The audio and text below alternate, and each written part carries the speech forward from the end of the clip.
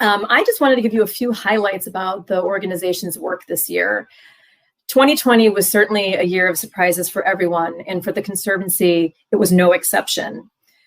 We began the year by participating in a number of winter presentations about the World Heritage process. Staff and Conservancy board members were able to attend plaque unveilings at the Guggenheim and Hollyhock House before others were postponed as the year unfolded with event cancellations due to the COVID-19 pandemic. The pandemic affected our special biennial meeting of about 35 Wright site directors that was to be hosted in mid-March by the Johnson Foundation at Wing Spread in Racine. And we quickly had to cancel our travel plans, but this brought a new opportunity to have the group meet more often virtually to share concerns and strategies as sites were forced to close right before the important spring and summer tour seasons were to begin. Over the course of the year, the Conservancy worked with over 20 public sites to create the much publicized Wright Virtual Visits social media initiative, which allowed all the participating sites to be paired up with one another each week to share special stories and glimpses into their Wright buildings. And the initiative was an instant success on many levels, with press stories from House Beautiful to PBS to Martha Stewart reporting on the initiative. Participating Wright organizations saw their social media followings grow and gained new friends around the world, learning about their sites in a new way that hadn't happened before. By mid-year, the Conservancy saw over a 300% jump in social media and website traffic just from the first quarter of the year. And please join us today on Facebook at 12 noon Central for a Wright virtual visit with Taliesin West and Unity Temple. And you can find that on the Event Hub, and you do not need Facebook to see that. In 1957, Frank Lloyd Wright said, "The mission of an architect is to help people understand how to make life more beautiful, the world a better one for living in, and to give reason, rhyme, and meaning to life." And this year, the Conservancy shared the reflections of Wright homeowners about finding solace during this pandemic through architecture and daily living in their Wright design homes. Many homeowners explained how these works of art were even more important to them as the world has changed around them. More time at home allowed them to see something new about their spaces and gave them a much needed connection to nature. In February, the Conservancy welcomed Eric Rogers to our team as Events and Communications Manager, who quickly had to cancel our in-person events and develop a new set of virtual offerings. And I'd also like to introduce you to my other wonderful colleagues, John Waters, our Preservation Programs Manager, and Kara Kirby, our Operations and Membership Manager, who I haven't seen these people in real life in 9 months. So there they are. After the Spring Out and About Santa Fe was canceled, the organization began testing online programs. This included virtual members tours of private Wright buildings and Facebook open house events with realtors of Wright buildings on the market. And in partnership with the Westcott House in Springfield, Ohio, we presented our first International Wright Sites Pachacacha event that brought 1,500 people to watch 10 speakers present a special story about their Wright buildings in 6 minutes, 40 seconds each. And we also hosted our second Pachacacha last night with over 500 people in attendance from around the world. With our 2020 annual conference in Buffalo, New York canceled, the Conservancy also worked to develop this week's online conference, Saving Wright Now, that explores nearly 20 sites with an itinerary that spans Wright's career from his Midwestern origins to Japan.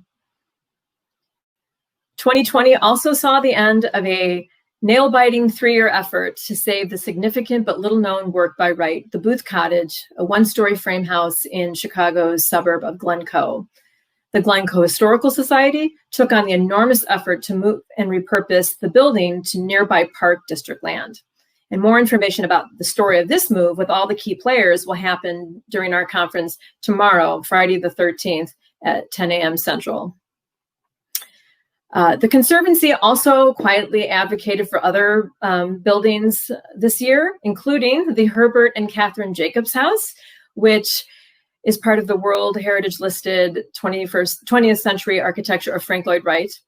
We advocated to halt a new bus stop that popped up in front of the house one day, which was finally moved to a more appropriate location so as not to disturb the view of the house.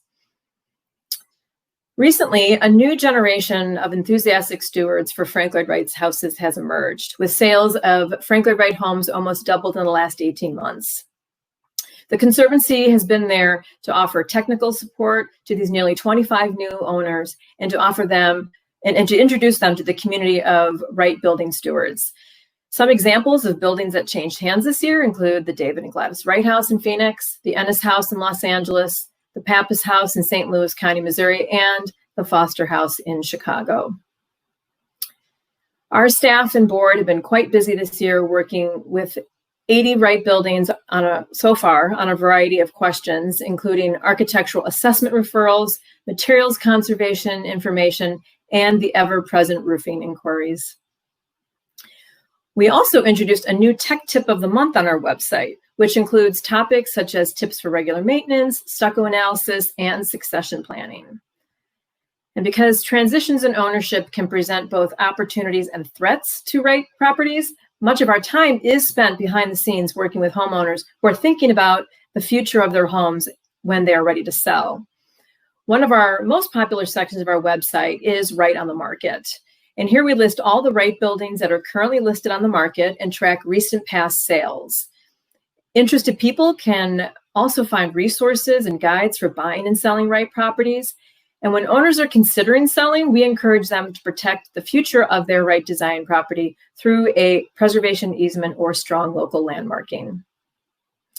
As you can see, the nearly 400 remaining Wright buildings are located in over 3/4 of the United States, Japan, and Canada. 54% of Wright buildings have no legal protections, making demolition and significant alteration a weighty concern. And we hold preservation easements on 22 Wright buildings, and at an additional 9 properties, we hold legal protections on individual windows and fixtures. And this year, the Conservancy worked with owners and stewards of easement properties such as the Hoffman House, the Tomic House, the Boak House, and Price Tower, as they restored or sensitively renovated their buildings to ensure that this work meets acceptable preservation standards. As we end the year celebrating our 30th anniversary, we look forward to hosting our 2020 conference in an online format over the next few days. I also encourage all of you to participate in our online auction this year, which has many wonderful items and experiences related to Frank Lloyd Wright's architecture. And all proceeds go towards the Conservancy and help us fund our mission. And it's currently open, and it closes at 9 p.m. Central this Saturday, November 14th. So thank you all for your support this year and for the last 30 years. Your membership and your contributions are vital to making our work possible.